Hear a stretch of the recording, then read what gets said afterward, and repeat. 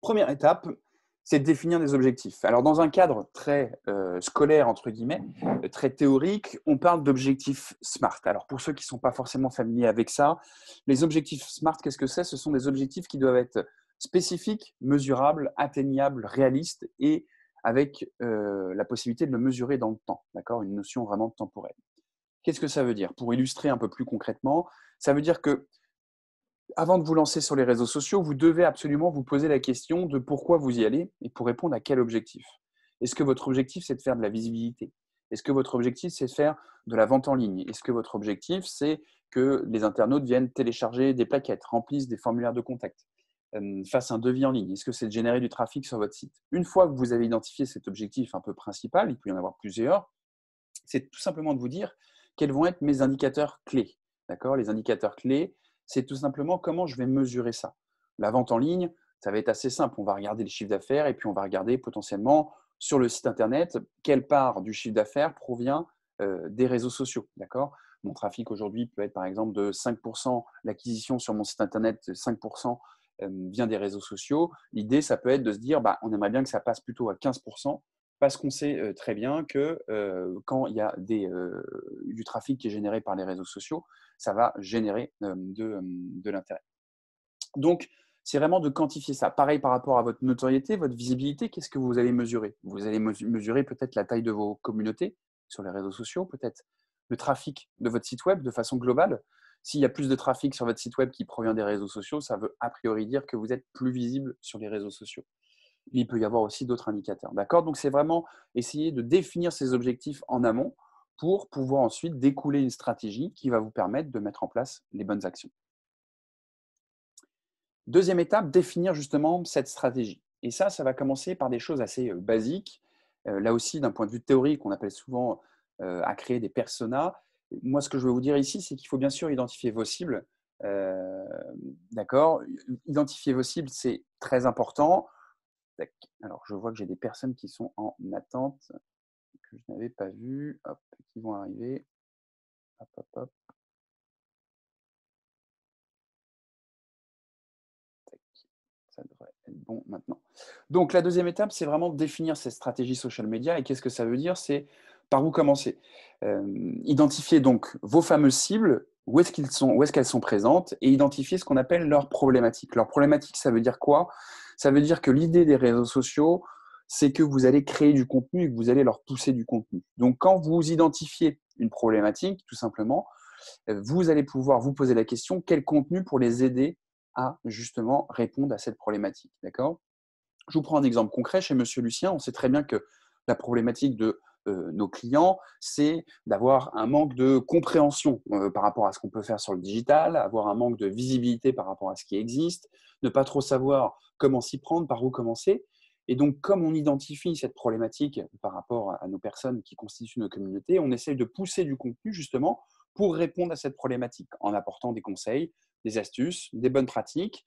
Bien sûr, de temps en temps, on met aussi en avant les réalisations de Monsieur Lucien, nos clients, l'interne, etc. Mais notre objectif, bien sûr, c'est de pousser du contenu pour répondre à ces fameuses problématiques. En parallèle de ça, il faut aussi que vous puissiez déterminer vos compétences. Pourquoi? Parce que c'est évident que vos compétences vont être différentes, d'accord? Et que les compétences vont être très importantes pour alimenter vos réseaux sociaux. C'est-à-dire qu'aujourd'hui, est-ce que vous êtes capable d'alimenter vos réseaux sociaux? Est-ce que vous avez les connaissances pour alimenter vos réseaux sociaux? Ou au contraire, est-ce qu'il faut que vous embauchiez pour ça? Est-ce qu'il faut que vous déléguiez à un partenaire, à une agence ou un indépendant pour gérer vos réseaux sociaux? C'est toutes ces questions qu'il va falloir se poser. Pareil par rapport à votre contenu. Vous vous dites ce qui serait intéressant, c'est faire de la vidéo. Très bien. Mais est-ce que cette vidéo, vous pouvez la fournir en interne? Est-ce qu'il faut qu'il y ait un professionnel qui le fasse? Est-ce que, au contraire, vous allez acheter un outil qui va vous permettre de faire du montage vidéo? Toutes ces questions, vous devez bien sûr vous les poser en amont, la définition de votre stratégie social media. La troisième étape, c'est bien sûr de choisir des réseaux sociaux qui sont en adéquation par rapport à vos valeurs, au contenu que vous avez et bien sûr par rapport à votre cible. Là-dessus, c'est très important et comment dire, j'attache une importance très particulière à ça, c'est-à-dire que ça ne sert à rien d'aller sur des réseaux sociaux sur lesquels votre cible n'est pas présente et juste parce qu'on vous a dit qu'il fallait être présent sur ces réseaux sociaux. D'accord? L'objectif, encore une fois, d'une présence social media, c'est vraiment de se dire, je suis présent sur des réseaux sociaux parce que j'ai quelque chose à raconter. Ok, j'ai quelque chose à raconter parce que je sais aussi que ma cible est présente. D'accord. Je vous prends un exemple assez concret.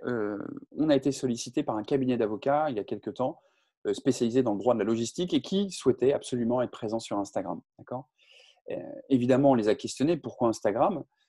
Parce que ça nous paraissait un peu surprenant. Leur réponse a été de dire, mais on a des très belles photos de nos bureaux. Alors, une fois qu'on aura publié 3, 4, 5 belles photos de vos bureaux, on va vite tourner en rond sur Instagram.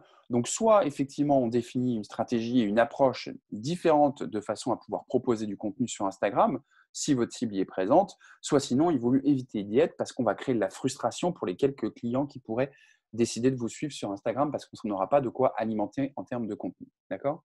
Donc là-dessus, c'est vraiment important de définir vos réseaux sociaux en fonction de votre cible et du contenu que vous allez pouvoir leur mettre à disposition. Je vous ai listé 4 réseaux sociaux, les principaux, entre guillemets. Je ne vais pas parler de TikTok et de Snapchat. Si vous avez des questions, bien sûr, on pourra échanger là-dessus, mais parce que c'est des réseaux sociaux jeunes, entre guillemets, ils ne le sont plus forcément, mais qui nécessitent tellement une capacité de production de contenu vidéo que c'est difficile pour les entrepreneurs, les TPE et les PME d'y aller. Ça ne veut pas dire que ça ne peut pas fonctionner. On a des exemples comme quoi parfois ça fonctionne. Mais plutôt, je vais me concentrer effectivement sur des réseaux sociaux qui vont être plus simples de prise en main et d'approche. Le plus gros, vous le connaissez, c'est Facebook. Facebook, c'est le plus gros en B2C. D'accord, je vous le disais, 2,7 milliards d'utilisateurs. Si vous faites du B2C, à 95-99% de chances, il va falloir être présent sur Facebook. Et sur Facebook, il va falloir utiliser souvent ce qu'on appelle un langage courant, un langage décontracté. Pourquoi? Parce que sur Facebook, quand vous êtes sur Facebook, vous n'êtes pas sur Facebook pour, entre guillemets, consommer du contenu trop compliqué, trop complexe, avec un sujet un peu prise de tête. D'accord. Donc l'idée souvent sur Facebook, et vous le voyez bien pour ceux qui ont un compte Facebook, c'est de vulgariser ce discours pour le rendre le plus accessible possible. D'accord. Donc maintenant, il faut se poser la question de savoir est-ce que votre cible, elle est présente sur Facebook. D'accord. Si vous êtes sur du B2B et que, je dis n'importe quoi, vous voulez cibler des responsables achats, par exemple, ou des assistants en maîtrise d'ouvrage, je dis n'importe quoi, bien sûr qu'ils vont être sur Facebook, mais est-ce que sur Facebook, ils ont envie de penser business et est-ce qu'ils ont envie d'en apprendre sur le dernier produit que vous nous avez lancé qui permet de faire du cintrage de tubes, par exemple, ou parce que votre entreprise fait des boulons pour des réacteurs d'avion. D'accord. Donc, typiquement, c'est de se poser ces bonnes questions. Est-ce qu'il y a un intérêt à y aller? En B2B, on peut y aller sur Facebook sans problème, à condition, selon moi, et puis ça va dépendre aussi de votre secteur d'activité, de vulgariser ce discours et d'avoir une approche différente et pas uniquement pour vous positionner en tant qu'expert trop pointu sur ce secteur. Twitter, c'est le réseau social que j'appelle d'experts. Pourquoi? Parce que on voit très bien que les personnes qui sont à l'aise sur Twitter connaissent les codes des réseaux sociaux et connaissent les codes des autres réseaux sociaux. Donc souvent, ce sont des personnes qui ont déjà utilisé les autres réseaux sociaux et qui ont choisi comme Twitter comme un réseau social pertinent par rapport à leur utilisation, leurs besoins ou par rapport à leur cible. C'est limité à 280 caractères. On va énormément utiliser les hashtags. Ça peut être très intéressant si vous avez une cible média, si vous souhaitez toucher des influenceurs, des journalistes ou tout simplement une cible politique. Pourquoi? Parce qu'ils font énormément leur veille sur Twitter, sur ce réseau social. Donc, potentiellement, vous allez pouvoir les toucher avec du contenu pertinent. Par rapport à ça, Twitter nécessite souvent une grosse fréquence de publication que malheureusement, vous n'allez pas être en capacité de suivre, entre guillemets. Hein. Les comptes les plus influents, souvent, ce sont les médias qui publient plusieurs dizaines de tweets par jour. Donc, cette grosse fréquence de publication, on peut la mettre de côté pour se dire j'ai identifié vraiment des comptes intéressants sur Twitter et quand je vais publier du contenu, je vais essayer de leur envoyer ce contenu directement, de façon publique parfois, mais parce que je sais que ma cible média, journaliste peut être présente sur ce réseau social. Instagram, c'est bien sûr le visuel esthétique. Alors ça, je le mets aussi entre parenthèses puisque en fonction de votre secteur d'activité, c'est vrai ou pas forcément. Je m'explique. Instagram va être évidemment un visuel très esthétique si vous êtes dans la mode, dans le luxe, dans le design d'intérieur. Là-dessus, vous n'allez pas trop avoir le choix. Maintenant, dans plein d'autres secteurs, vous pouvez aussi utiliser Instagram pour répondre à d'autres objectifs, notamment pour les objectifs de marque employeur, pour faire vivre les coulisses d'une entreprise. On voit plein, par exemple, de restaurants qui sont sur Instagram et le contenu n'est pas forcément du contenu 4K haute définition pris par un professionnel et ça n'a pas forcément ça ne cause pas de soucis, pardon, à condition que ça représente bien vos valeurs et qui vous êtes. D'autant plus qu'aujourd'hui, à peu près tous les smartphones vont faire du contenu photo d'un minimum de qualité, donc vont pouvoir être utilisés, si je puis dire, sur les différents réseaux sociaux sans trop de problèmes. Et enfin, le dernier, LinkedIn, réseau social donc professionnel par excellence. On va l'utiliser énormément en B2B. Ça ne veut pas dire qu'encore une fois, si vous avez une marque B2C, il ne faut pas l'utiliser. C'est juste que le discours va être différent. Je prends souvent l'exemple de Decathlon, donc je vais peut-être changer. Mais par exemple, si on prend Monoprix, Monoprix ne va pas communiquer sur LinkedIn en mettant en avant ses produits et potentiellement les discounts qu'elle peut avoir sur certains produits, mais va plutôt communiquer sur sa marque employeur, sur ses démarches de recrutement, va communiquer sur le fait qu'elle sélectionne ses prestataires en faisant attention à certains critères. Bref, pour vraiment valoriser un autre aspect de l'entreprise. Quelques chiffres un peu plus en détail. Facebook, donc 2,7 milliards d'utilisateurs, comme je vous le disais, 40 millions en France, un âge moyen de 25-34 ans qui est le plus représenté, et la connexion qui se fait à 82% via mobile. C'est une plateforme qu'on consulte énormément via son smartphone. LinkedIn, on a 660 millions d'utilisateurs dans le monde, 19 millions en France, et un âge moyen de 44 ans, ce qui n'est pas un âge élevé. Je n'ai pas dit que c'était vieux, surtout pas, parce que je vais finir par m'en rapprocher. Mais c'est un âge, effectivement, où on a plus d'expérience. On sait que sur LinkedIn, on va commencer à se créer un profil à la fin de ses études, quand on va chercher un stage, une alternance, quand on va chercher un premier boulot. Et évidemment, c'est un réseau social professionnel, donc il va mieux se prêter dans un contexte où on a un peu plus d'expérience. Et on y consacre peu de temps, puisqu'en moyenne, on y passe, selon les études, 17 minutes par mois, ce qui est très faible. Alors attention, c'est une moyenne. Je dois y passer 2 heures par jour. Donc évidemment, vous voyez bien qu'il y a des extrêmes à prendre en compte là-dessus. Twitter, avec 335 millions d'utilisateurs dans le monde, 22 millions en France, 50% entre 25 et 49 ans. Donc on va plutôt se rapprocher de la cible en termes d'âge de LinkedIn, même si ça va être un peu plus jeune. Et puis, on a aussi un chiffre qui est intéressant, c'est 56% des comptes qui ont 0 tweet. Donc, Twitter a communiqué sur ces chiffres il y a quelques mois en disant qu'effectivement, tout simplement, beaucoup de personnes se créent un compte, mais ne publiaient pas de contenu sur la plateforme. Donc, si on rapporte à la France, ça veut dire que sur les 22 millions d'utilisateurs, on aurait à peu près 11-12 millions de comptes qui n'auraient jamais publié le moindre contenu. Et enfin, Instagram, avec 1 milliard d'utilisateurs en France, 17 millions 1 milliard d'utilisateurs dans le monde, 17 millions en France. Chiffre intéressant, c'est une cible bien sûr plus jeune, 71% ont moins de 35 ans et 31% entre 18 et 24. Et ce qui est effrayant aussi, c'est que 67% des moins de 13 ans déclarent l'utiliser, avec une moyenne au global de 15 minutes par jour. On sait très bien que sur Instagram, il y en a qui passent beaucoup plus de temps. Je pense à Axel, qui est chez Monsieur Lucien, qui nous a rejoint dans le chat et qui parfois passe plusieurs heures par jour, notamment le dimanche. Ça, c'était gratuit, c'était envoyé. Quatrième étape à mettre en place, c'est bien sûr la définition de la ligne éditoriale. Alors, la ligne éditoriale, qu'est-ce que c'est? En fait, il faut partir du principe qu'à partir du moment où vous devenez vous prenez la parole sur les réseaux sociaux, vous devenez un média, au même titre qu'une chaîne télé, qu'une radio, qu'un magazine ou qu'un journal. D'accord? Donc, vous devenez un média et donc ça veut absolument dire qu'il faut définir cette ligne éditoriale qui est la tonalité de votre communication, le fil rouge, le fil conducteur de communication par rapport à votre stratégie social media. Cette ligne éditoriale, elle vous permet de définir des éléments de langage. Typiquement, est-ce qu'on tutoie, est-ce qu'on vous voit notre audience? Est-ce qu'on est là pour se positionner vraiment en tant qu'expert pointu sur un sujet et c'est ça qu'on veut valoriser? Au contraire, est-ce qu'on est là pour vulgariser? Quelle est notre fréquence de publication? Quel type de contenu on va publier? Quelles sont nos valeurs qu'on veut véhiculer à travers nos réseaux sociaux? Et puis, bien sûr, ces réseaux sociaux, cette ligne éditoriale, elle peut varier en fonction de vos réseaux sociaux. D'accord? Typiquement, si je prends la ligne éditoriale de Monsieur Lucien, ça va être tous les conseils et astuces qui peuvent aider commerçants, entrepreneurs, TPE et PME à améliorer leur communication digitale.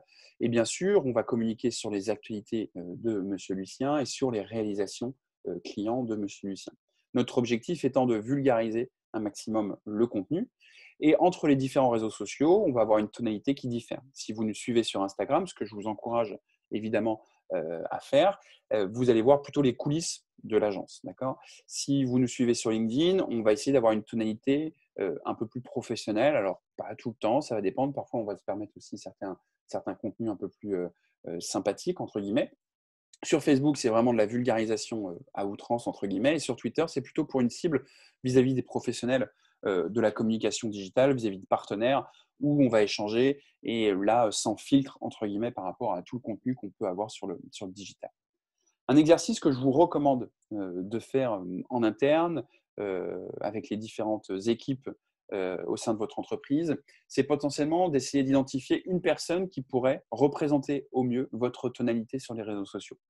J'ai pris 4 exemples ici, mais ça peut être n'importe qui. C'est évident que si c'est Dujardin, Deneuve, Blanche Gardin ou Depardieu, ce n'est pas du tout la même tonalité, ce n'est pas du tout la même perception en termes de prise de parole et de contenu. D'accord ? Donc là-dessus, il peut y avoir plein de célébrités que vous pouvez identifier et puis réfléchir un peu là-dessus en vous disant s'il y a une célébrité qui devrait sortir, on aimerait que ce soit qui. Souvent, on a Jamie de C'est pas sorcier qui peut sortir, on peut parfois avoir Fabrice Lucchini, on peut avoir aussi comment il s'appelle, Guillaume Canet. Bref, on a des personnalités, souvent dans le domaine média, qui vont ressortir, mais ça peut être dans le domaine aussi du journaliste ou l'expertise sur un secteur, peu importe. Mais ça vous aide, entre guillemets, en interne, à vous projeter sur cette tonalité que vous souhaitez donner.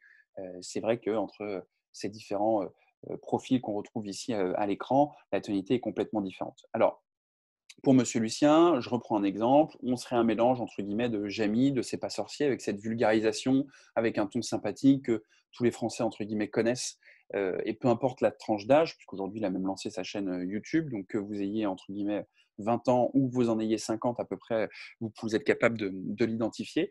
Donc c'est un mélange de Jamie, à mon avis, de C'est pas sorcier, et à mon avis, Jean Dujardin dans OSS 117. Alors pas le côté macho, limite parfois raciste, sans faire exprès, mais plutôt sur ce côté pas trop se prendre au sérieux que vous allez retrouver notamment sur nos réseaux sociaux.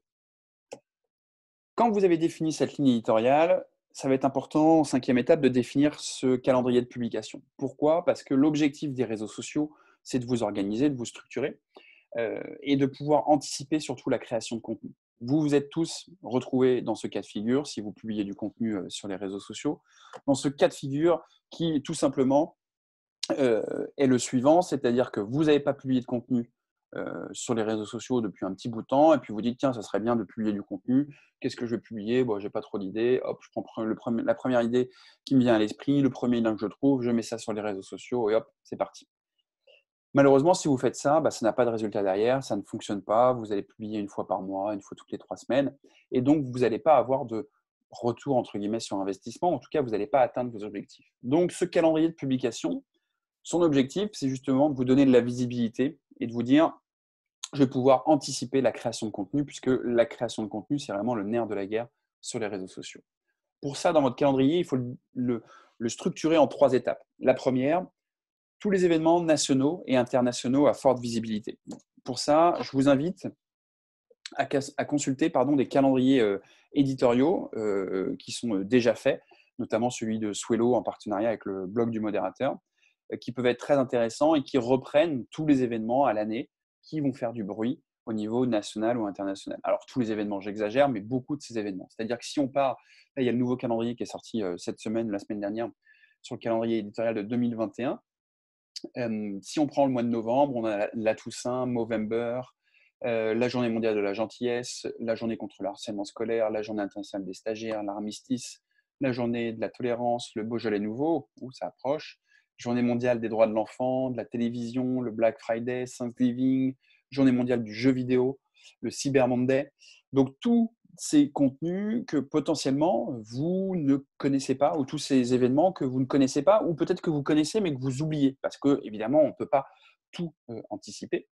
Donc si je prends sur décembre, c'est pareil, on a la journée mondiale de la lutte contre le sida, la journée de la samba, de la générosité, des personnes handicapées, l'éclipse solaire totale, la journée mondiale du bénévolat, la journée mondiale du climat, la fête des Lumières à Lyon, des droits de l'homme, de la journée internationale de la montagne, etc., etc.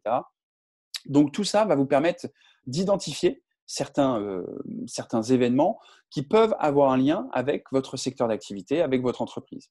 Donc potentiellement, il va y en avoir 2, 3, 4, 5, 10 dans l'année. Et typiquement, vous allez pouvoir les positionner dans un calendrier et vous dire, bah, est-ce que je peux créer du contenu par rapport à ça? Pourquoi? Parce que ces événements vont faire du bruit. Et s'ils font du bruit, il y a beaucoup plus de chances que votre contenu par rapport à ces événements génère de l'interaction et de la visibilité. Alors, j'ai une question de Cindy qui me dit, est-il intéressant de communiquer sur des événements nationaux sans lien avec notre marque? Alors, si vraiment il n'y a aucun lien, ça n'a pas d'intérêt. Mais vous pouvez parfois trouver des liens par rapport à des événements à condition que ça corresponde à vos valeurs et à qui vous êtes. Pour ceux qui nous suivent sur les réseaux sociaux, vous savez peut-être qu'en ce moment, on fait le Vendée Globe virtuel avec le jeu qui s'appelle Virtual Regatta. Donc, ça permet de faire la course autour du monde à la voile de façon virtuelle. Il y a plus de 700 000 participants. Et donc, nous, on fait cette course parce que mon associé Thomas est un passionné de voile, est aussi skipper, que moi, le Vendée Globe, c'est toujours quelque chose qui m'a fasciné aussi, qu'on a aussi contribué à la création d'un site web pour ce jeu vidéo, pour cette plateforme. Et donc, on a créé un bateau virtuel et puis on a challengé nos clients, nos partenaires. Donc, on a à peu près une centaine de personnes qui nous suivent pendant cette course virtuelle et avec qui on fait la course. On peut se dire, mais quel est l'intérêt pour Monsieur Lucien de faire ça? Bah, en fait, au premier abord, peut-être pas, mais en fait, il se trouve que ça a été un client, qu'on a une affinité avec ce sport, avec cet événement, et que ça nous permet aussi, dans une communication un peu décalée, de pouvoir trouver quelque chose de sympathique pour garder le lien avec notre communauté, nos partenaires, nos clients. Et par rapport à ça, on a anticipé de la création de contenu, des photos, de la vidéo, pour pouvoir inciter les gens à nous retrouver sur Virtual Regatta et faire la course avec nous. Donc, typiquement, par rapport aux événements nationaux qui n'ont aucun lien, vraiment non, mais parfois, il y en a certains qui peuvent être intéressants en fonction des valeurs de votre entreprise, de votre secteur d'activité, de pouvoir les positionner pour anticiper la création de contenu. Parce que l'objectif, il est bien là, c'est d'anticiper la création de contenu. Vous positionnez vos événements et vous dites, OK, donc là, j'en ai 4 identifiés dans l'année. Peut-être qu'on peut créer une vidéo 15 jours avant, une photo qu'on va pouvoir publier le jour J, un article de blog qu'on va pouvoir réaliser une semaine après. Et ça va venir alimenter vos réseaux sociaux. Une fois que vous avez publié ces événements à forte visibilité au niveau national et international, on va passer aux événements qui sont propres à votre activité à vous. Donc ça peut être les salons, bien que ça soit compliqué en ce moment, d'accord, les recrutements que vous allez avoir, les webinaires que vous allez animer, les formations, des sujets en fait que vous pouvez anticiper et que vous savez qui vont se passer au sein de votre entreprise, d'accord. Pareil, vous les positionnez dans votre calendrier et ça vous permet d'avoir un mapping et de vous dire, OK, il y a tous ces événements qui vont créer des thématiques sur lesquelles je peux communiquer. Et pour chacune de ces actualités, de ces événements, vous allez pouvoir donc créer 1, 2, 3, 4, 5, 6 contenus, voire plus, voire moins, ça dépend, de façon à alimenter vos réseaux sociaux. D'accord. Ça, c'est uniquement possible si vous arrivez à vous poser un moment et à anticiper cette création de contenu par rapport à ces actualités et ces événements. Pour faire ces calendriers de publication, il y a plein de possibilités. Vous pouvez le faire dans un tableau Excel pour avoir de la visibilité. Vous pouvez aussi le faire avec un Trello, par exemple, qui est un outil qui permet de faire de la gestion de projet et plein d'autres choses en même temps. Mais il y a plein d'outils qui peuvent vous aider à faire ça. L'idée, évidemment, c'est encore de vous projeter, d'avoir de la visibilité. Une fois que vous avez mis ces deux catégories d'événements ou d'actualités dans votre calendrier, vous allez pouvoir placer du contenu supplémentaire pour venir garder une régularité. Mettre en avant votre métier, mettre en avant un témoignage client, mettre en avant une expertise, un article de blog, mettre en avant en interne quelqu'un de votre équipe. Et tout ça va vous permettre d'avoir une régularité. Et vous qui aviez peut-être du mal à publier plus d'une fois par mois, vous allez vous rendre compte que vous allez réussir à avoir du contenu pour publier une fois par semaine. Bien sûr, il faut aussi laisser la possibilité de faire ce qu'on appelle du newsjacking. Alors, désolé pour l'anglicisme, mais le newsjacking, c'est votre capacité à réagir très vite à une actualité. Je vous ai identifié quelques exemples ici. Burger King qui envoie un message auprès de Raphaël Nadal sur Twitter en disant « Raphaël Nadal, vous avez probablement toujours faim » lorsqu'il mettait une raclée, entre guillemets, à Monsieur McDonald 616063 à Roland-Garros. Donc, bien sûr, c'est bien vu. Netflix aussi, qui réagissait lorsque l'avion a passé le mur de son au-dessus de Paris et que ça a fait paniquer les gens, en mettant « Désolé, on a mis notre to-doom trop fort ». Et bien sûr, Sixt, un coutumier du fait, qui a mis Monsieur le Président la prochaine fois à éviter le scooter. Sixt loue des voitures avec des vitres teintées lorsque François Hollande avait été pris en photo avec son scooter pour aller chercher des croissants. D'accord. Donc, typiquement, Voilà, ça c'est du newsjacking et ça va être intéressant de pouvoir garder cette possibilité de le faire, euh, même si vous n'avez pas l'habitude, mais attention, faites-le aussi rapidement. C'est-à-dire que du contenu réchauffé et que vous faites 3 semaines après, ça n'a plus d'intérêt évidemment.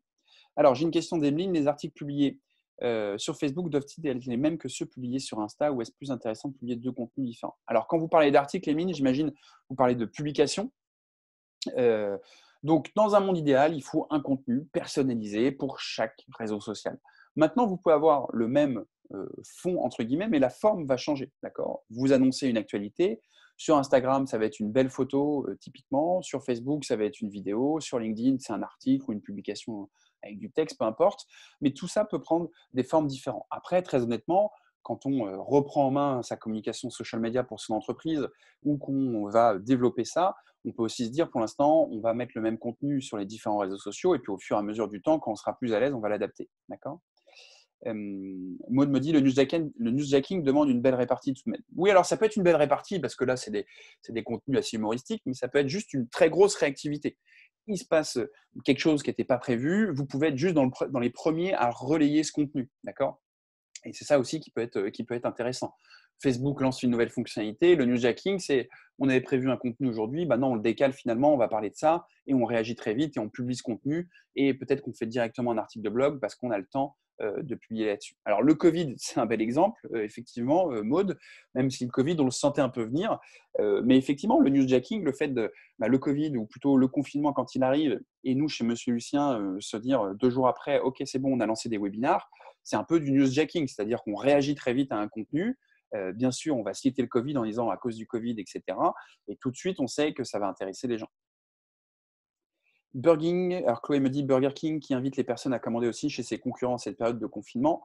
Oui, alors c'est une bonne publication. Alors pour moi, ça c'est pas tout à fait du newsjacking, dans le sens où on est dans une situation, le Covid qui date depuis quelques mois. Donc Burger King a invité effectivement à consommer aussi chez les concurrents. C'est une communication qui est très bien vue, mais c'est pas tout à fait pour moi du newsjacking. 6e étape, ça va être produire et relayer du contenu. C'est ce que je vous ai dit. Le contenu, c'est le nerf de la guerre. Si vous n'avez pas de contenu, malheureusement, ça ne sert à rien d'aller sur les réseaux sociaux pour le relayer. Donc, le contenu, l'idée, c'est de proposer du contenu qui va faire réagir, d'accord, qui va intéresser les gens. Malheureusement, c'est un des soucis, entre guillemets, des réseaux sociaux. Vous avez peut-être vu ce reportage sur Netflix qui s'appelle Social Dilemma ou derrière nos écrans de fumée. Typiquement sur les réseaux sociaux vous poussent le contenu que vous avez envie de voir. C'est-à-dire que si vous commencez à aimer des photos, je dis n'importe quoi, ou des vidéos qui parlent de foot, vous allez avoir beaucoup de contenu sur le foot qui vous est poussé. D'accord? Donc, l'idée par rapport aussi aux réseaux sociaux, c'est de se dire, trouver du contenu qui va intéresser ma communauté. Et parfois, ce n'est pas forcément le contenu qu'on imagine. Et parfois, c'est du contenu qui nous fait poser des questions. Pourquoi? Parce que du contenu qui met en avant de l'humain, ce que vous vivez, va beaucoup mieux fonctionner qu'un article de fond où vous avez mis 3 jours à le rédiger. Il y a 50 lignes dessus pour expliquer quelque chose de très précis de ce que vous faites en entreprise. D'accord? Donc, il faut comprendre un peu l'algorithme des réseaux sociaux, comment il fonctionne, pour proposer le bon contenu, pour qu'il y ait un maximum de visibilité. Pourquoi? Parce qu'en gros, quand vous publiez du contenu, vous allez avoir plus de visibilité si les gens commentent, partagent, interagissent avec votre contenu. Si vous publiez le meilleur contenu du monde, mais qu'il y a zéro interaction, votre contenu va être très peu vu, en fait. D'accord? Donc, l'idée, c'est de réfléchir quel contenu va intéresser mon audience. Et la plupart du temps, c'est ce que vous vivez, même si ce n'est pas uniquement ça, parce que vous devez aussi valoriser votre expertise. Je vous ai pris quelques thématiques de contenu que vous pouvez mettre en avant. Donc, ça peut être mettre en avant l'interne, mettre en avant des recrutements, des témoignages clients, la découverte des métiers de votre entreprise, des bonnes pratiques, les conseils que vous donnez, les nouvelles offres, les nouvelles fonctionnalités que vous allez proposer, un livre blanc, l'inscription à des salons, à des webinaires, à des formations, les coulisses de votre entreprise et bien sûr de l'imprévu, l'inattendu, des choses qui n'étaient pas prévues et qui vont se passer dans votre structure et que vous allez pouvoir relayer. Et il y a plein d'autres choses, évidemment. Quelques exemples de contenu que je voulais vous donner. La première chose, c'est faites simple et n'ayez pas peur de vous montrer. C'est très compliqué d'être efficace sur les réseaux sociaux si on ne veut pas montrer son visage, si on ne veut pas montrer ses équipes. Alors là, je parle aussi pour des entreprises, des TPE, des PME, je ne parle pas pour des multinationales. qui ont des centaines de milliers d'euros de budget à mettre en termes de publicité, on est bien d'accord. Je vous ai pris une publication d'un restaurant nantais où les deux fondatrices font un petit gif pour annoncer l'ouverture du restaurant. Alors, elles n'avaient pas envie de se mettre en avant, de mettre leur visage, elles se mettent très peu en avant, ce qui est une erreur sur leurs réseaux sociaux. Mais typiquement, dès qu'elles mettent une photo avec de l'humain, c'est un contenu qui va beaucoup mieux fonctionner. Alors attention, ce n'est pas parce que vous mettez un contenu avec de l'humain que tout de suite c'est des centaines de milliers de vues, on est bien d'accord avec ça, mais c'est des publications qui vont faire plus de visibilité. N'oubliez pas qu'un like en plus, un commentaire en plus, un partage en plus, c'est de la visibilité en plus. Pourquoi? Parce que en fait, les réseaux sociaux testent vos publications. Quand vous publiez, ils vont tester sur un petit délai, 1, 2, 3 heures, auprès d'un petit groupe. Si ça réagit bien, ils ouvrent encore plus la visibilité. Si par contre ça ne réagit pas, ils ferment la visibilité et vous n'avez pas de visibilité. Alors Maud me dit c'est parfois difficile en interne d'utiliser l'image des collaborateurs. Oui, parfois c'est difficile, parfois ça ne l'est pas. Typiquement, vous pouvez tout simplement leur demander l'autorisation, d'accord, leur faire signer un papier. Ça dépend de la taille de votre structure, ça dépend de l'environnement de votre structure. Chez Monsieur Lucien, ça se fait assez naturellement parce qu'on bosse dans le digital et donc on n'a pas trop de soucis. Dans certains secteurs, c'est beaucoup plus compliqué. Maintenant, ça peut se faire tout à fait en bonne intelligence. On peut faire signer un papier lorsqu'on prend une photo. Ça dépend combien il y a de personnes sur la photo. L'idée aussi, c'est de sensibiliser vos collaborateurs à leur expliquer pourquoi c'est important d'être réseaux sociaux. Pour une entreprise, lorsqu'elle est présente sur les réseaux sociaux, lorsqu'elle est active, elle va générer plus de visibilité, elle va répondre à ses objectifs. C'est une garantie de l'emploi aussi pour tout le monde. Donc, ça valorise finalement la globalité de l'entreprise. Et oui, effectivement, le Kinfolk est une très bonne adresse, ce restaurant. Alors, pour la petite info, ceux qui ne connaissent pas, c'est le restaurant de ma femme. C'est pour ça aussi que j'en parle. Un restaurant à Nantes. Faire vivre les coulisses, je reprends une publication du Lab RH, une entreprise qui fait de l'accompagnement auprès de startups dans le domaine RH et qui communique sur la journée des droits des femmes le 8 mars en mettant en avant les collaboratrices qui font partie de l'entreprise. Un contenu assez simple à mettre en place et qui va plutôt bien fonctionner ou développer la visibilité. Une publication de Mathieu Batter, le fondateur donc, des Petits Culottés. Alors ceux qui étaient là hier sur LinkedIn ont vu cette publication aussi, qui explique tout simplement qui valorisent une initiative, c'est-à-dire qu'ils ne font pas le Black Friday, ils l'expliquent dans une vidéo, ils font une vidéo en selfie avec un smartphone, c'est pas fait par un professionnel, etc. Mais ça fonctionne bien. Il y a des vues, il y a des commentaires parce que ça va toucher et intéresser les personnes. Même chose pour Justine Hutto, dans cette idée d'oublier la technique, arrêtez de vous dire que moi, je ne sais pas faire de vidéo, je ne sais pas faire de photos. Dans mon entreprise, on n'a pas une caméra, on n'a pas de vidéo, on n'a pas d'appareil photo de qualité. Vous pouvez le faire avec des smartphones et ça peut très bien fonctionner. Justine Hutto, c'est la fondatrice de Respire. Alors là, on est sur une belle start-up qui va directement chez Decathlon lorsque ses produits sont référencés pour faire des démonstrations produits ou avoir des ressentis, des témoignages clients. Une entreprise qui fait du cintrage de tubes et qui a fait une carte de vœux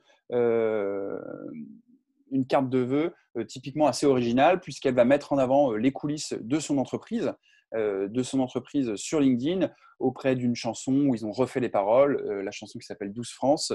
Et évidemment, c'est un contenu qui va bien fonctionner. Alors, je ne vous montre pas la vidéo parce que ça ramait un peu hier, mais je vous invite à aller voir directement. Alors, Maud me dit, Justine le fait même sur LinkedIn. Ah, mais là-dessus, il n'y a aucun souci pour le faire sur LinkedIn. Nous, chez Monsieur Lucien, on fait du contenu parfois très humoristique aussi sur LinkedIn et du contenu qui n'est pas fait par des professionnels. C'est nous qui faisons de la vidéo, on n'est pas des professionnels de la vidéo. Pareil pour de la photo. Je ne pense pas que ça soit osé, enfin, je ne pense pas que ça soit le terme. C'est juste que via son profil, elle peut se permettre effectivement de le faire sans trop de problèmes. C'est une entreprise qui est jeune, qui fonctionne énormément sur le digital, qui a une grosse communauté, et c'est ce qui intéresse, entre guillemets, c'est-à-dire qu'on n'a pas besoin d'avoir un contenu trop chiadé. Bien sûr, si vous êtes dans le domaine bancaire, ça va être beaucoup plus compliqué de faire une vidéo en mode selfie pour présenter vos différentes offres d'accompagnement. Là-dessus, on est bien d'accord. Mais par rapport à son secteur, je pense que c'est tout à fait pertinent. Là, pareil, la publication que vous voyez, la SFCMM, ils font du cintrage de tubes, donc vraiment pas forcément le sujet le plus sexy, mais pourtant, ils font de la communication qui peut être un peu plus décalée pour justement sortir du lot et pas se retrouver avec le même contenu qu'on peut retrouver partout par rapport à leurs concurrents, à leurs fournisseurs ou leurs partenaires. Je reviens en arrière, tac. D'autres publications, évidemment. Alors, je peux essayer de vous montrer ça. Bon, je vais plutôt vous lire. En gros, c'est de mettre en avant ceux qui font votre quotidien. Donc, il y a une publication, nous, chez Monsieur Lucien sur Instagram, qui avait bien fonctionné. La vidéo, c'est quand tu réalises que c'est un long week-end et c'est Axel donc qui dansait dans les bureaux, sur les bureaux, etc., avec la musique de Hugh Grant dans Love Actually. Et autrement, c'est les petits culottés à côté, pareil, qui prennent une photo parce qu'ils recrutent une nouvelle personne, une photo assez simple, devant la piscine, la bâche n'est pas très droite, mais c'est pas grave en fait. On n'est pas forcément là pour avoir le contenu parfait, mais on est là pour faire vivre les coulisses d'une entreprise. Je vous invite aussi à suivre, par exemple, sur Instagram Back Market, qui est un compte dédié aux coulisses de l'entreprise, où là, c'est véritablement de la marque employeur, mais ce n'est pas pour vendre directement leurs produits, mais pour donner une image et communiquer sur les valeurs de l'entreprise et inciter les plus jeunes à venir candidater chez eux. Pensez à mettre en avant vos partenaires. On a lancé une initiative qui s'appelle On se voit demain, que certains d'entre vous connaissent, pour valoriser, pour aider les commerçants, parce que ça leur permet de proposer des bons d'achat sur ce site web que peuvent acheter leurs clients et leurs clients pourront en profiter plus tard. Donc, typiquement, on l'a fait avec notre partenaire, la boîte de notes, et c'est un contenu qu'on met en avant. À côté, vous avez une publication du cabinet Devorsin qui fait du courtage en assurance. Pareil, ce n'est pas forcément le plus sexy, mais qui va communiquer sur une réunion d'équipe au sein d'un coworking avec les jolies photos du lieu, et c'est un contenu qui va aussi bien fonctionner. D'autres contenus intéressants, c'est de parler bien sûr de vos réussites. Ça peut être un témoignage client, mais ça peut être des belles choses aussi qui se passent. Je reprends les petits culottés en haut qui expliquent effectivement qu'ils ont passé le cap des 5000 clients en 600 jours. Bah, c'est un contenu bien sûr qui est sympa avec les influenceurs qu'ils ont. Ils vont prendre une photo et bien sûr les gens ont envie de liker et commenter ce type de publication. Si on prend les Mini-Mondes, qui est une entreprise qui fait des jouets pour enfants éco, locaux, enfin, produits avec une conception locale, pédagogique, et avec François Gabard, le navigateur, qui soutient la démarche, forcément, une photo, et bien sûr, c'est un contenu qui va bien fonctionner sur les réseaux sociaux. Et puis, donc, la dernière publication que je voulais vous présenter, c'est rebondir sur l'actualité, celle dont je vous parlais, typiquement qu'on a faite chez Monsieur Lucien. Alors, je vous invite éventuellement à aller la voir si vous le souhaitez, parce que je sais qu'elle rame autrement, mais je vais vous mettre le lien dans le chat directement. C'est une publication où typiquement Thomas se fait asperger d'eau lorsqu'il est en train de reprendre les codes de la navigation. Donc typiquement, voilà, tout ça, c'est du contenu qu'il faut anticiper un peu dans sa création. Parfois, c'est du newsjacking, mais vous voyez que ce n'est pas du contenu compliqué à mettre en place. Et donc, il faut éviter effectivement de prendre toujours comme excuse j'ai pas le temps, je sais pas faire, j'ai pas les compétences. Que vous soyez un indépendant, que vous soyez une TPE ou une PME, vous avez largement les moyens, entre guillemets, de le faire. Et bien sûr, si parfois il y a besoin d'avoir du contenu plus complexe à mettre en place, peut-être se poser la question d'être accompagné par des professionnels de la photo, de la vidéo, s'il y a besoin. Septième étape, s'organiser. Vous le savez, les réseaux sociaux, c'est très chronophage, donc c'est très important de vous organiser. On l'a vu avec le calendrier de publication. Alors, Cindy, j'ai bien eu votre question. J'y répondrai à la fin du webinaire si ça vous va. Donc, s'organiser, ça veut dire qu'effectivement, il faut s'organiser en interne. Qui gère les réseaux sociaux? Est-ce qu'on est plusieurs? Est-ce que chacun a un réseau social? Est-ce qu'il n'y en a qu'un qui gère tous les réseaux sociaux? Définir un rythme de publication. Grosso modo, partez du principe qu'il faut au moins une publication par semaine, d'accord. Après, vous pouvez en avoir plus, mais il ne faut pas passer à plus d'une publication par jour non plus, parce que sinon, la publication de l'après-midi va venir bouffer entre guillemets la publication du matin. Anticiper la création de contenu, et vous pouvez programmer du contenu avec des plateformes comme Buffer, comme Outsuite ou comme Swello, qui vous permettent de synchroniser vos réseaux sociaux, de synchroniser vos réseaux sociaux à un endroit et de publier du contenu qui va être programmé à des heures et des dates différentes sur vos différents réseaux sociaux. Et vous pouvez personnaliser le contenu en fonction de ces différents réseaux sociaux. Huitième étape, tester la publicité. Je reprends une expression de Joseph Dogno qui a créé un podcast qui s'appelle No Pay, No Play, qui est un spécialiste vraiment qui fait que ça, des publicités sur Facebook et Instagram. On en fait aussi chez Monsieur Lucien et qui explique tout simplement que si vous ne faites pas de publicité, vous ne pouvez pas avoir de bons résultats, entre guillemets, sur les réseaux sociaux. Alors, il y a juste Christine qui me dit Facebook, le studio créateur. Alors, tout à fait. Le créateur studio, je reviens à la publication d'avant, permet de programmer du contenu sur les réseaux sociaux, mais ça vous permet de le faire que sur Facebook ou que sur Instagram. Si vous avez plusieurs réseaux sociaux différents à gérer, il vaut mieux utiliser potentiellement une plateforme comme Swello, comme Buffer ou comme Outsuite. Tac, tac, tac. Donc, je repars sur la publicité. Il faut tester la publicité sur les réseaux sociaux pour pouvoir développer votre visibilité. Ça ne veut pas dire que vos publications sans publicité ne vont pas fonctionner, mais à un moment, vous allez avoir besoin de tester la publicité pour développer votre audience, pour développer d'autres sujets, pour générer du trafic sur votre site, pour générer des ventes, des prises de contact, des formulaires de contact remplis, des devis renseignés. Bref, toutes ces choses-là, à un moment, il va falloir créer de la publicité. Alors après, ça dépend de votre stratégie, mais potentiellement, la publicité va être très pertinente pour développer votre visibilité. Et peu importe le montant que vous avez à mettre. Alors bien sûr, si vous avez qu'1 € à mettre, ça ne va pas fonctionner, c'est évident. On recommande chez Monsieur Lucien d'avoir un minimum de 10-15 € par jour pour pouvoir commencer à faire de la publicité et avoir des premiers résultats. D'accord. Si vous avez des questions là-dessus, bien sûr, je pourrais y répondre, sachant qu'on a un webinaire dédié sur le sujet la semaine prochaine ou dans 15 jours.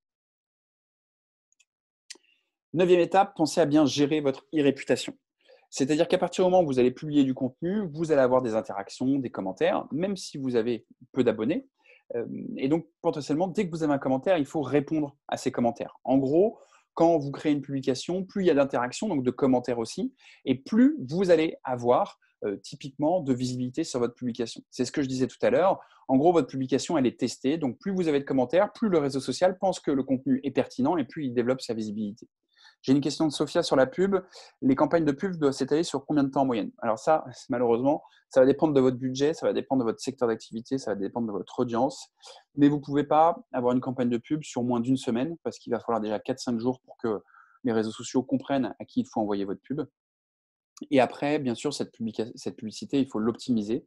Donc, j'ai envie de dire qu'une campagne de pub, elle doit durer entre 15 jours et 1 mois. Après, il faut de toute façon l'ajuster et l'optimiser. Je reviens sur la e-réputation. Donc, modérer les commentaires, bien sûr. Identifier et répondre aux publications. Identifier des personnes au sein des publications et bien sûr répondre à toutes les publications sur lesquelles vous êtes identifié. Et inciter vos contacts à laisser des avis ou à commenter des publications. D'accord. Sur Facebook, vous pouvez laisser des avis. Google My Business, ce n'est pas un réseau social, mais vous pouvez aussi avoir des avis. Sur votre profil LinkedIn, vous pouvez avoir des recommandations. Vous pouvez aussi envoyer des liens vers des publications dans vos newsletters pour que les gens viennent commenter, par exemple, ces publications. Pensez qu'à chaque fois en fait, que vous allez avoir des commentaires, ça développe la visibilité de votre page, de votre profil et donc de votre entreprise. Et donc, ça va vous aider à développer votre chiffre d'affaires inévitablement. Faites attention aussi quand vous réagissez à du contenu. Alors, je prends toujours cette publication qui date, mais elle me fera toujours autant rire. Sur Twitter, le Julie qui met logique de la SNCF, plus la file d'attente est longue, plus on ferme de guichets. SNCF qui met bonjour Julie, notre file d'attente est-elle aussi longue que la distance qui sépare tes 2 sourcils?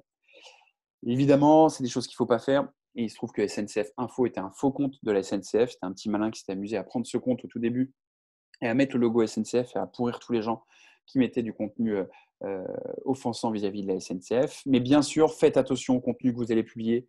Faites attention à vos réponses. Ne pas s'enflammer parce qu'un client dit du mal de vous ou parce qu'un client a décidé de vous pourrir une publication.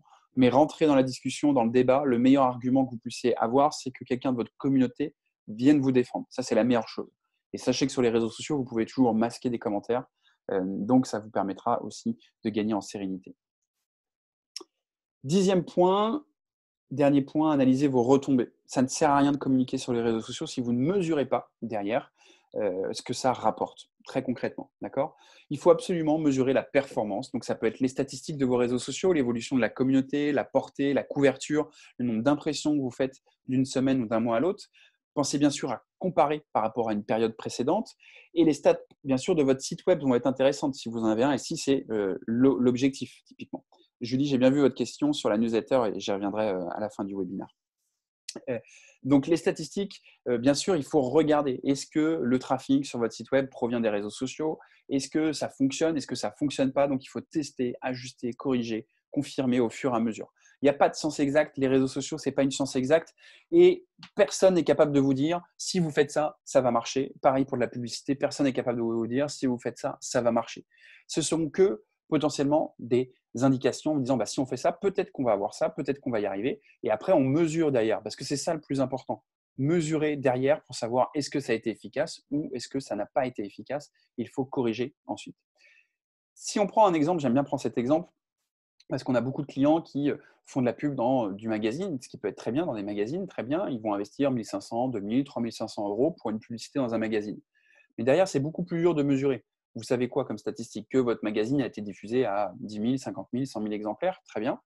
Mais derrière, la conversion, comment vous la mesurez? Avec les réseaux sociaux, vous êtes vraiment capable de mesurer exactement ce que ça vous rapporte. Et dans les campagnes de pub, vous êtes capable de mesurer pour 1 000 € investis, pour 100 € investis, combien ça génère en termes de chiffre d'affaires dans mon activité. D'accord? Donc, très rapidement, vous êtes capable de savoir si c'est pertinent ou non. Donc, vous allez avoir des statistiques par rapport aux réseaux sociaux, c'est ce que je vous disais, la portée, la couverture, l'impression, le taux d'engagement, le taux d'interaction, les statistiques par rapport aux publicités, le site internet, le trafic, les visiteurs uniques, le taux de rebond, les canaux d'acquisition, le chiffre d'affaires généré, le nombre de formulaires, de plaquettes, de rendez-vous. Et bien sûr, dans la newsletter, vous allez avoir aussi des statistiques qui vont être intéressantes parce que si vous envoyez du contenu dans la newsletter, ça peut vous permettre justement de savoir quel contenu intéresse votre audience et vous permettre de savoir justement qu'est-ce qui va intéresser potentiellement votre audience sur les réseaux sociaux. Alors, toutes ces statistiques, Sophie, on les trouve alors, pour un site web dans le Google Analytics, je vais y arriver. Sur les réseaux sociaux, ça va être dans l'onglet statistiques de vos pages, donc la page Facebook, la page LinkedIn, le compte professionnel Instagram. Il faut un compte professionnel Instagram pour analyser les stats. Twitter, c'est la même chose. Et puis pour les newsletters, ça va être en fonction de la plateforme que vous utilisez et qui va vous sortir des statistiques sur chacune des newsletters. Vous allez aussi avoir les statistiques sur des URL. Si vous utilisez par exemple Bitly, Bitly est un outil qui vous permet de savoir le nombre de clics sur une URL quand vous n'avez pas accès au back-office d'un site web. Ça veut dire quoi? Ça veut dire que je communique sur une URL parce que je trouve l'article intéressant, mais il renvoie vers un autre site web. Donc, je n'ai pas les stats de cet autre site web. Je le mets dans Bitly, ça raccourcit l'URL et ça me permet ensuite de savoir combien de personnes ont cliqué tout simplement sur cette URL et donc est-ce que mon contenu est intéressant ou non. Petit conseil supplémentaire, je vais répondre aux dernières questions qui sont arrivées, bien sûr. Petit dernier conseil supplémentaire, pensez bien à allier le virtuel et le terrain. Alors, le terrain, on sait que c'est compliqué aujourd'hui, mais en fait, ce que je veux dire, c'est allier le virtuel et le concret. Communiquer sur les réseaux sociaux, c'est très bien, mais mettez en avant ce qui se passe concrètement dans votre entreprise. C'est ce qui a le plus de valeur. Et même si là, vous êtes confiné à distance, peu importe votre secteur, il y a plein de choses sur lesquelles vous pouvez communiquer, d'accord? Sur des initiatives, sur des réunions d'équipe, sur des webinars, des réunions que vous faites à distance, sur des témoignages clients que vous avez, sur un déplacement, parce que là, vous n'avez pas le choix, il faut aller chez le client. Donc, tout ça, vous pouvez communiquer là-dessus sur les réseaux sociaux. Alors, j'arrive à la fin de ce webinaire, donc je vais pouvoir répondre aux quelques questions. Alors, j'avais une première question de Cindy qui disait comment faire pour augmenter le nombre d'abonnés sur les réseaux sociaux. Tout ce que je viens de vous dire, ça vous permet d'augmenter le nombre d'abonnés. C'est-à-dire que si vous anticipez la création de contenu, si vous créez du contenu pertinent, si quand vous avez des commentaires, des likes, vous répondez aux commentaires, tout ça va faire que vos visibilités, vos publications vont avoir plus de visibilité. Et s'il y a plus de visibilité, elles vont toucher d'autres personnes. Et donc, forcément, elles vont permettre de développer le nombre d'abonnés. Vous dites, par exemple, créer du contenu pour 150 abonnés n'a pas beaucoup d'intérêt, je pense. Mais c'est une grave erreur, Cindy, parce que toutes les pages que vous avez aujourd'hui, peu importe Facebook, LinkedIn, Twitter, sont passées par la case 150 abonnés. D'accord? Monsieur Lucien est passé par la case 150 abonnés avant d'être à près de 3000 sur LinkedIn et 2000 sur Facebook. Et peu importe les communautés. D'accord? Donc, il faut créer du contenu. Au contraire, il faut créer du contenu. Ça, c'est important. Mais il faut le faire aussi. Il faut faire d'autres actions en parallèle. Si vous avez, par exemple, une newsletter, commencez ou un fichier client, envoyez un mail à tous vos clients, tous vos partenaires pour dire nous nous lançons sur les réseaux sociaux. Vous pouvez nous retrouver sur Facebook, sur LinkedIn, sur Instagram, sur Twitter en mettant les liens vers les réseaux sociaux. Mettez en place, en fonction de votre secteur d'activité, des jeux concours pour que les personnes s'abonnent. Alors, attention, les jeux concours avec obliger les gens à s'abonner, ce n'est pas toléré sur Facebook et sur Instagram. Il y en a beaucoup qui le font. Bref, on pourra y revenir si vous avez des questions là-dessus. Faites des campagnes de publicité pour toucher de nouvelles personnes. Sur les campagnes de pub, vous pouvez toucher des personnes par centre d'intérêt. Vous pouvez toucher les amis des amis sur vos réseaux sociaux. Vous pouvez toucher des audiences similaires, faire du retargeting par rapport à des personnes qui sont venues sur votre site web. Tout ça vous permet de développer la visibilité vers vos réseaux sociaux. Et puis, bien sûr, sur le terrain, en concret, dans vos signatures de mail, mettez que vous êtes présent sur les réseaux sociaux. Quand vous rencontrez quelqu'un, incitez-le à vous rejoindre sur les réseaux sociaux. Quand vous animez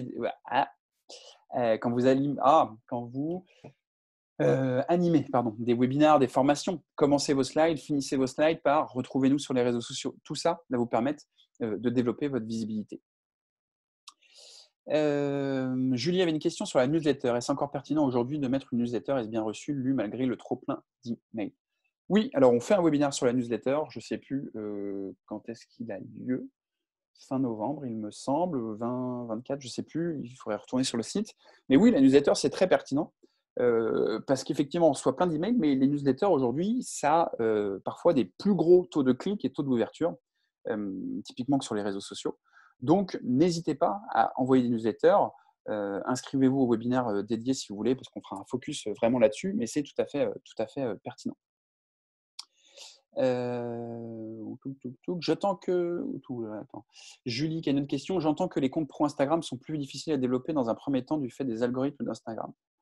Alors, non, en fait, les comptes pro, les pages pro sont plus difficiles à développer parce que les réseaux sociaux veulent vous pousser à faire de la publicité, tout simplement. Donc, ils valorisent beaucoup plus le contenu de comptes perso Instagram, de profil LinkedIn, de profil Facebook. Donc, il faut effectivement créer du contenu plus pertinent, qui suscite encore plus à l'interaction et parfois passer par la case publicité. Est-il autorisé de poster une pub sur des pages Facebook comme Tu es de Nantes si, exemple au hasard, pour une TPE locale? Bien sûr que ça peut être pertinent.